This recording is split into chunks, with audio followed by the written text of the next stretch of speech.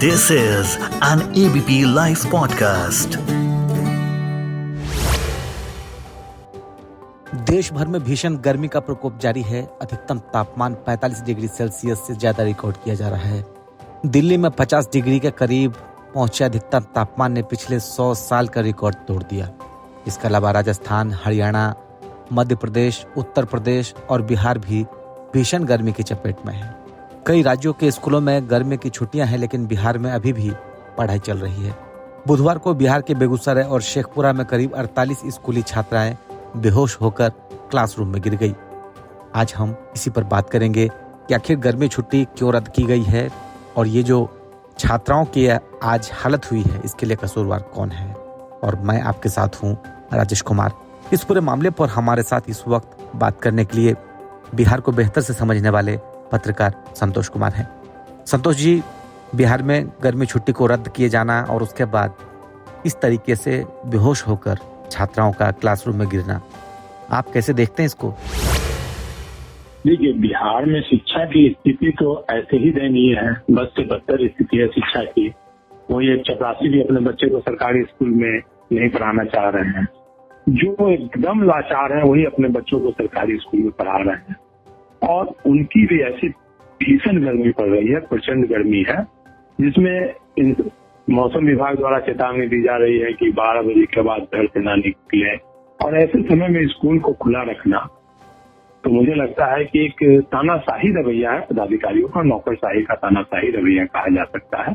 गर्मी में ऐसे ही छुट्टियां हो जाती थी। गर्मी में मई और जून का महीना होता था तो गर्मी में छुट्टी दी जाती थी और बच्चों को छुट्टी दिया जाता। अगर और नहीं तो मॉर्निंग क्लासेस होती थी सुबह में 6 बजे से लेकर के 9-10 बजे तक क्लास खत्म हो जाती थी।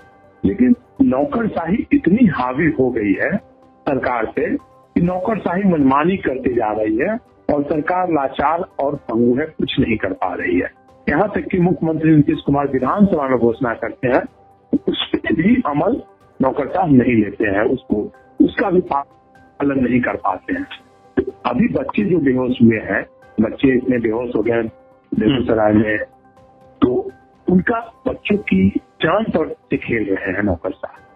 नौकरशाही के बच्चे तो सरकारी स्कूल में पढ़ते नहीं है, उनको तो गरीब बच्चों का दर्द पता नहीं है। वो तो एयर कंडीशन स्कूल में उनके बच्चे पढ़ते हैं, चाहे नेता हो, राजनेता हो, चाहे मंत्री हो, अधिकारी हो, कोई भी हो, मतलब वो जो भी है उनके बच्चे सरकारी स्कूल में नहीं पढ़ते।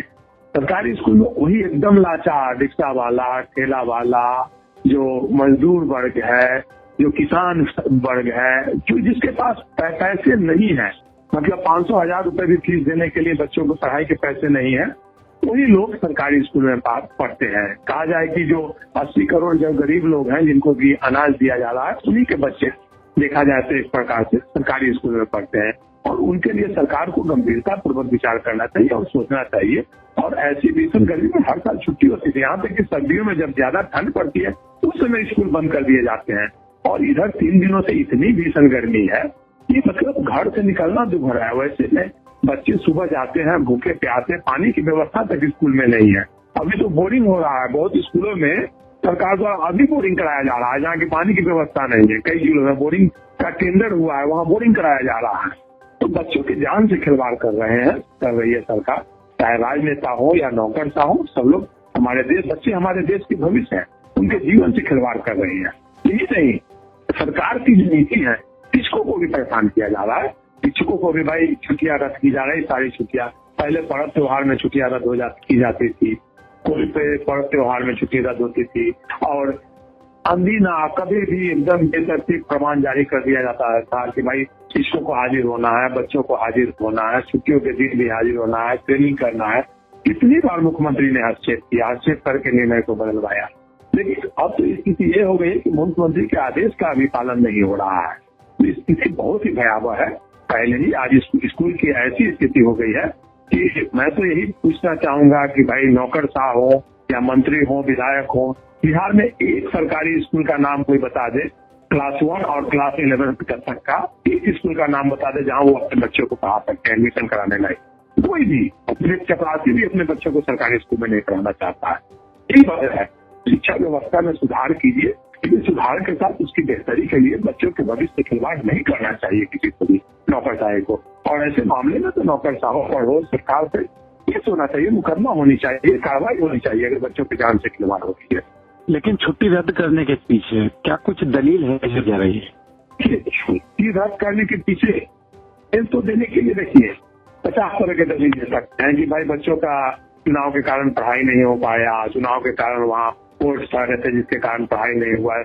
और एक शिक्षा नीति जो नई शिक्षा नीति आई है उसमें इतने दिनों पढ़ाई करना आवश्यक हो गया कि इतने दिन स्कूल खुलेंगे। तो नई शिक्षा नीति में भी कुछ खामियां हैं जिसके कारण नौकरशाह को उसका पालन करने के लिए मजबूर होना पड़ता है। तो वो दलील 50 तरह के दे सकते हैं, भाई कि चुनाव का हो गया, या बरसात के कभी बाढ़ आ जाएगा तो बाढ़ के दिनों में स्कूल बंद करना पड़ता है। इस लिहाज से अब जैसे उत्तर बिहार पूरा अभी जुलाई के महीने में बाढ़ आ जाएगा तो बाढ़ के दौरान पूरे स्कूल बंद हो जाएंगे उधर उत्तर बिहार में, चाहे तो दियारा क्षेत्र है चाहे उत्तर बिहार में जो नेपाल से सटा क्षेत्र है उधर बाढ़ के कारण बंद हो जाते हैं। तो उन क्षेत्रों में बाढ़ में बंद होता है। तो उस लिहाज से नौकरशाही की जो दलील होती है कि भाई उतने दिन उधर बंद करना पड़ेगा इसलिए पढ़ाई अभी की जाती है। लेकिन गर्मी को देखते हुए जिला प्रशासन को अधिकार है, डीएम को अधिकार है कि जब भीषण गर्मी होती है, भीषण ठंड पड़ती है तो आदेश जारी करके स्कूल बंद कर सकते हैं। तो अभी 2 दिन 4 दिन जब भीषण गर्मी है तो स्कूल बंद करना चाहिए। पिछले दिनों बंद हुई थी स्कूल, लेकिन फिर मौसम थोड़ा बहुत सुधरा तो फिर स्कूल खोल दिया गया। मतलब मुझे लगता है कि 15 दिन पहले मई के महीने में सरकारी स्कूल बंद किया गया था, फिर जैसे ही मौसम थोड़ा सुधर गया फिर स्कूलों को खोल दिया गया आदेश देकर के। लेकिन अभी फिर इतनी गर्मी हो गई इसमें तो तत्काल प्रभाव से स्कूलों को बंद करना चाहिए। मई और जून का महीना बहुत ही भीषण गर्मी का महीना होता है, स्कूल को बंद करना चाहिए। और दलील देने के लिए तो कुछ भी दलील दे सकते हैं, तो नौकरशाह और ब्यूरो के नौकर दलील दे सकते हैं। लेकिन उस दलील का फायदा तो तब होगा जब हमारे बच्चे बच पाएंगे, बच्चों का भविष्य तभी ना देखेंगे जब वो जीवित रहेंगे। और शिक्षा में सुधार, शिक्षा में आप सुधार ही नहीं कर रहे हैं, केवल खाना पूर्ति कर रहे हैं। एक तो स्कूल ढंग का बना दे भाई, हर जिले में कम से कम एक स्कूल। हम तो कह रहे हैं पूरे बिहार में एक सरकारी स्कूल नहीं है जहाँ की कोई बता दे कि वहाँ वो अपने बच्चे का एडमिशन कराए, चाहे वो बीडीओ हो, सीईओ हो, डीएम हो, एसपी हो, मुख्यमंत्री हो, मंत्री हो, एमएलए हो, एमपी हो, कोई भी, चाहे सरकारी कर्मचारी हो, चाहे नौकरशाह चपरासी हो या जज हो, कोई एक स्कूल का नाम बता दे सरकारी स्कूल का कि जहाँ वो अपने बच्चे का एडमिशन करा सकते हैं क्लास 1 में या क्लास 10th में, 11th में। कोई एक स्कूल नहीं है पूरे बिहार में। तो शिक्षा की तो ये व्यवस्था है। लेकिन इससे पहले भी देखा कि वहाँ पर जो त्योहारों की कुछ छुट्टियां रद्द की गई थी जिस पर सवाल उठ रहे थे, अब इस तरीके से तो आखिर छुट्टियां रद्द करने की वजह क्या देख रहे हैं आपकी इसमें? छुट्टियां रद्द करने की वजह ये हो गई है कि भारत सरकार ने नई शिक्षा नीति लागू की है।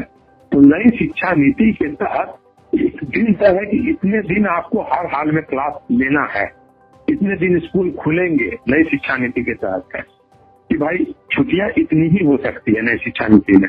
रविवार छुट्टी होगी, फिर आपको जो मुख्य पर्व त्योहार है, हर स्टेट का अलग अलग त्योहार है, उसके बाद स्टेट भी कई छुट्टियां जारी कर देती है, स्टेट तो राज्य सरकार भी, जैसे अम्बेडकर जयंती हो गए, तो महावीर जयंती हो गए, तो सम्राट अशोक जयंती हो गए, तो फिर ये कई तरह की छुट्टियां दी जाती है राज्य सरकार द्वारा। तो ज्यादा छुट्टी हो जाएगी तो नई शिक्षा नीति के तहत उतने दिन स्कूल खोलना अनिवार्य है। 200 कुछ दिन है या 300 के आसपास, 300 कुछ दिन है, उतना दिन स्कूल खोलना अनिवार्य है। तो नौकरशाह की भी मजबूरी है कि उतने दिनों स्कूल खोला जाता है। इसी कारण से जो पर्व त्योहार की है छुट्टियां वो रद्द की जाती है कि भाई इस पर्व में छुट्टी नहीं मिलेगी और इस पर्व में छुट्टी मिलेगी। तो आपको लगता है कि इस तरीके से छुट्टियां रद्द कर जो एजुकेशन का स्टैंडर्ड है उसको बढ़ाया जा सकता है? आपको ऐसा लगता है? देखिए, छुट्टियां रद्द करके एजुकेशन का स्टैंडर्ड नहीं बढ़ाया जा सकता। छुट्टी रद्द करके एजुकेशन में सुधार नहीं की जा सकती है। आप छुट्टी दीजिए, लेकिन आप एजुकेशन में सुधार करने के लिए शिक्षा व्यवस्था में सुधार करना होगा। जब तक नौकरशाह के बच्चे IAS IPS और न्यायपालिका और मंत्री के बच्चों तो सुनिश्चित नहीं किया जाएगा कि उनके बच्चे सरकारी स्कूल में पढ़ेंगे, तब तक सरकारी स्कूल में सुधार नहीं किया जा सकता। सरकारी स्कूल में को चौपट करने में पूरी तरह से पूरा तंत्र लगा हुआ है। प्राइवेट स्कूल आज ज्यादातर IAS अधिकारी है, उनकी पत्नियां सरकारी प्राइवेट स्कूल खोल के रखी है। कई मंत्रियों की पत्नियां, मंत्रियों का स्कूल खुला हुआ है, कई सांसद विधायक स्कूल खोले हुए हैं।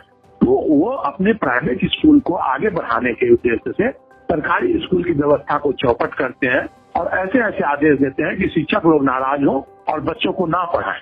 शिक्षा व्यवस्था पूरी तरह से खराब हो, चौपट हो। चौपट क्या, समाप्त तो हो ही चुकी है शिक्षा व्यवस्था पूरी तरह से।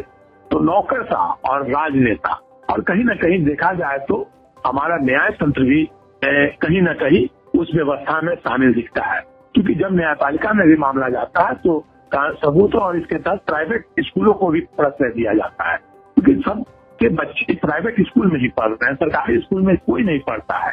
तो सरकारी स्कूल को चौपट करने के लिए मतलब कानून का सहारा लिया जाता है, नई शिक्षा नीति का सहारा लिया जाता है। शिक्षकों को इतना परेशान कर दो, शिक्षक को, बच्चों को इतना परेशान कर दो कि वो पढ़े ही नहीं, क्योंकि वो गरीब के बच्चे हैं जिनका कोई देखने वाला नहीं है, जिनको किसी प्रकार से स्कूल जा रहे हैं, पढ़ना चाह रहे हैं, लेकिन उनके लिए पढ़ाई की व्यवस्था नहीं है। मैट्रिक पास करने के बाद एक स्कूल ऐसा नहीं जिसके पास 1 लाख रुपया 2 लाख रुपया नहीं है, वो इंटर की पढ़ाई नहीं कर सकते हैं। आज से 20 साल पहले, 25 साल पहले अगर कोई बच्चा मैट्रिक पास करता था तो सरकारी school, Patna science college, BN college, Patna college में एडमिशन लेता था, 18 रुपए फीस लगते थे। तो गरीब बच्चा जो पढ़ने वाला था वहां आकर के डॉक्टर बनता था, इंजीनियर बनता था, IAS बनते थे, IPS बनते थे। आज भी कम से कम सैकड़ों IAS, 100 से अधिक IAS IPS और हजारों डॉक्टर जो गरीब थे और पटना यूनिवर्सिटी से पढ़ के बने, लेकिन आज पटना यूनिवर्सिटी में पढ़ाई बंद कर दी गई इंटर की, जिसके कारण अब गरीब बच्चे नहीं पढ़ पा रहे हैं। पटना कॉलेज है, पाटलिपुत्रा प्राथमिक शिक्षा के ही है, क्लास 1, 2, 6 में एडमिशन होता था, 1, 2, 3, 6 में।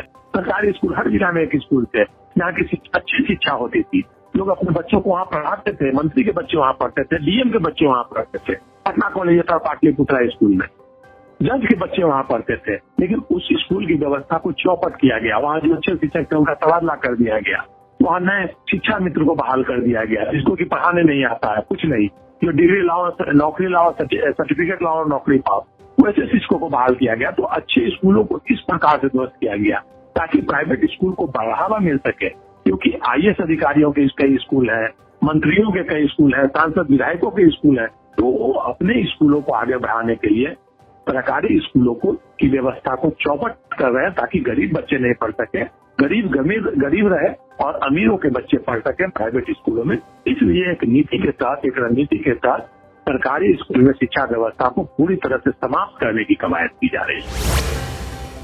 एबीपी लाइव पॉडकास्ट के साथ बातचीत करने के लिए संतोष कुमार जी, बहुत शुक्रिया आपका। This is an ABP Live podcast.